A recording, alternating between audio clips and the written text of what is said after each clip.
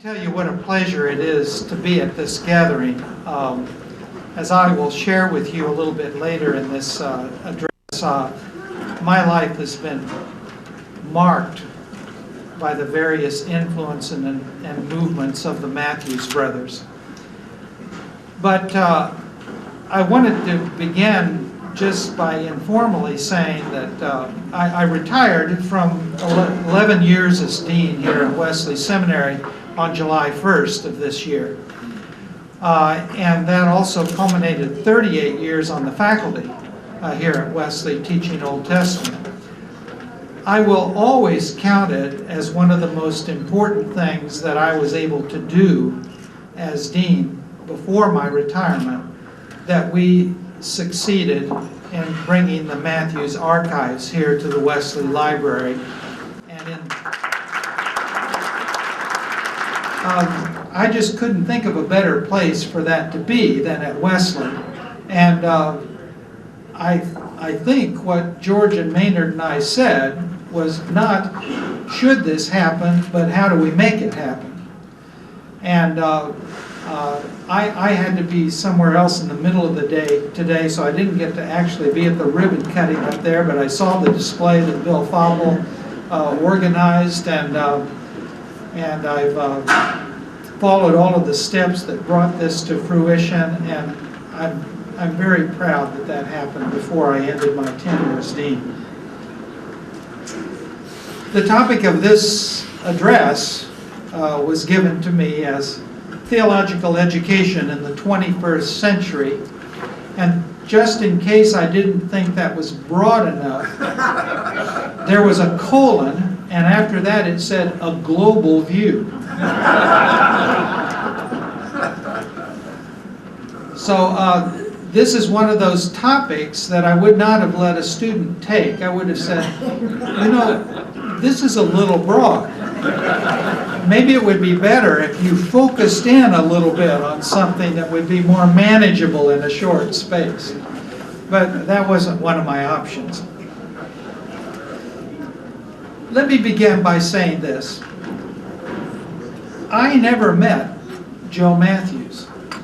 I did not have that privilege. I can't tell you Joe Matthews' stories. I came as a student to Perkins School of Theology after he had left there, only a few years, I believe. But I was deeply affected by his work and his legacy. He left a mark on the School of Theology at SMU, and I heard many stories and testimonies, all testifying to his passion and commitment for raising up the leaders of that the church would need for the future. And that, after all, is what theological education is all about. It's raising up leaders, the leaders the church needs, and not just its ordained leaders, its lay leaders. Some of the raising up and equipping of leaders happens in theological schools, and some of it happens elsewhere. But such equipping of leaders for a new church and a new world happened everywhere that Joe Matthews located himself and wherever his network of church renewers stretched. That network touched my life at Iowa Wesleyan College. I came from finishing my graduate work at Yale University to my first teaching job on the religion faculty of Iowa Wesleyan College. And in that very same year, the chaplain who was appointed to the college was Morris Bratton. And I think some of you in this room know Morris. Morris Bratton, this was in 1968. Morris had been with Joe Matthews in Austin, Texas. And this was a new venture for him. The first time his vocational path had led him out of Texas since his graduate school years, seminary years. And I think largely because of his presence there and the trust that was invested in him, a number of the college-age children of the community in Chicago at the Ecumenical Institute became students at Iowa Wesleyan. Those students included John Matthews, who was in one of the first classes I ever taught. And it's only tragic that his life was cut short. But Joe Pierce's children, Kathy and Dale, and others were all my students at Iowa Wesleyan. And occasionally I would even see these people on Parent Day. I don't think Joe ever came down to a Parent Day, but some of the others did. At Iowa Wesleyan, because Morris didn't waste any time, I took my first RS1 and CS1 courses. And about 6 weeks later, I was teaching in an RS1 course. You've got new enthusiastic religion faculty members, you better make use of them. And that curriculum is deeply implanted in my brain and my heart, and has continuously influenced my theological thinking. You can imagine in an Old Testament class when the student says, "What does being out on the wedge blade of history have to do with Old Testament?" I said, "Oh, did I say that?" I believe I read everything that was in the suitcase library. Do you remember the suitcase library? I think I read all of those books. Developed some real favorites. I even made a pilgrimage to visit a special exhibit in honor of the life of Lauren Isley at Penn, where my daughter became a student, and they had a special exhibit on Lauren Isley. I said, "The Immense Journey, I remember that. I've got to get there." The movement for the renewal of the church that Joe Matthews spawned deeply shaped my vision of the church that I wanted to be a part of. And I always regarded my teaching as a ministry. I wanted to do it in relation to the church. But there were two Matthews brothers, and when I left Iowa Wesleyan, in only 2 further years' time, I ended up here at Wesley Theological Seminary in the fall of 1971, transferred my conference elder ordination membership to the Baltimore Washington Conference, only to find out shortly thereafter that my new bishop was to be James K. Matthews. And to my delight, he was appointed as the resident bishop of the Washington area, where I have now been an elder in full connection for 38 years. For 8 of those years, James K. Matthews was my bishop, and we had many, many interactions because he became very deeply involved with this seminary. He was a member of its Board of Governors. He was a founder of the church's Center for Theology and Public Policy, housed here. He served as an adjunct faculty member in numerous courses. He was a mentor to many students. And as a continuous friend and conversation partner, I have sat at these tables in this dining hall, at the conference table in the president's office, in the boardroom, in deep conversations about what theological education ought to be, can be, should be for the future. Bishop Jim is an intimate part of the shaping of this school. And I have been privileged to be a theological educator with him as one of my colleagues. These two brothers, Joe and James, are 2 of the shaping visionary figures of my church universe. And it is my good fortune that their vision was large enough to encompass not only the church, but the world. And that vision that encompasses the church in connection with the world is what ought to animate theological education if it is to be adequate to the 21st century. Well, that's my assigned task to talk about theological education in the 21st century, and it is a fortunate time to have such an assignment because winds of change are blowing in theological education. And they are, I firmly believe, the winds of the Spirit. A new vision is emerging in theological education, and the preparation of leaders for the church in the 21st century, clergy and lay, is already looking quite different from the seminary education I knew at Perkins in the early 1960s. If he could see it now, Joe Matthews would be both amazed and gratified at what is taking place. And Bishop Jim is still a part of these changes, and he is, I believe, both proud and hopeful at what he is seeing. I will have to speak personally about these things. I'm not a great fan of abstract theological discourse. I think we need to be concrete.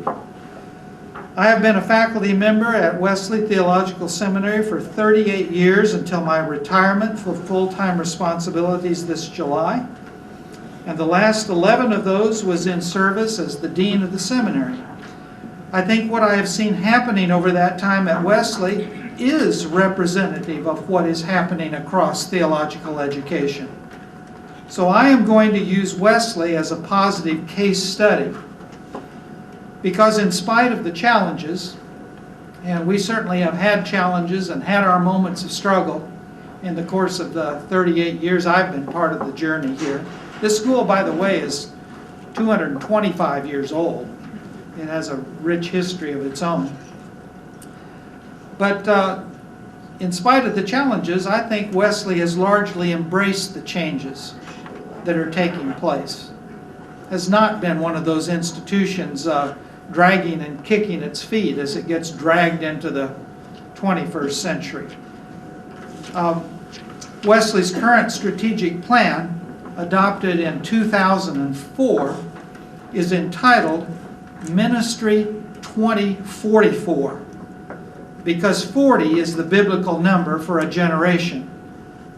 And Wesley's strategic plan is a commitment to educating for the next generation of church leaders and not for the one just passed. Out of my experience and vantage point at Wesley, I want to lift up some convictions about the characteristics of emerging theological education that I think will serve the challenges of the 21st century well. And I will concretize those characteristics out of my own experience. Number one, theological education for the 21st century must be in the context of the diversity of the whole body of Christ. When I joined the faculty of Wesley Theological Seminary in the fall of 1971, there were no full-time ethnic faculty members and only one woman, and she taught Christian education. We were a group of white males and one white female, and I was the youngest by a gap of 11 years, so that there wasn't exactly a youth movement going on either. The student body wasn't much different. There were 3 women in the Master of Divinity program, and only 5% of the student body were African American, Asian, and there were 0 Hispanics. The average age was lower because it was before the big wave of second career students arrived in the 80s, but they were mostly young white males. Today's reality is very different. The faculty here at Wesley is about 50% each, male and female. There are 7 African American faculty, 2 Asian, but unfortunately no Hispanic faculty members at the present time, although there have been. The student body is 59% women and 41% men in the master's degree programs. The student body is 56% white and 44% non-white ethnic, with African Americans as the largest group at 119 students, which in some years have made us the largest African American seminary in North America. There are 59 Asian students and 12 Hispanic students. There are 29 international students. I have no statistics from 1971 for denominational or theological diversity, but at present, 55% of Wesley students are United Methodists, with the remaining 44% spread over 35 different denominational traditions. When people have asked me what it's like to teach at Wesley, I have often said, it's like teaching in a cross-section of the body of Christ. I'm using Wesley as a case study, but I am aware that this profile is not typical everywhere. Some denominational traditions are less open to those of other religious traditions and mainly educate only those in their own tradition. For example, Roman Catholic and Lutheran seminaries are mostly Roman Catholic and Lutheran students, except in some of the lay programs.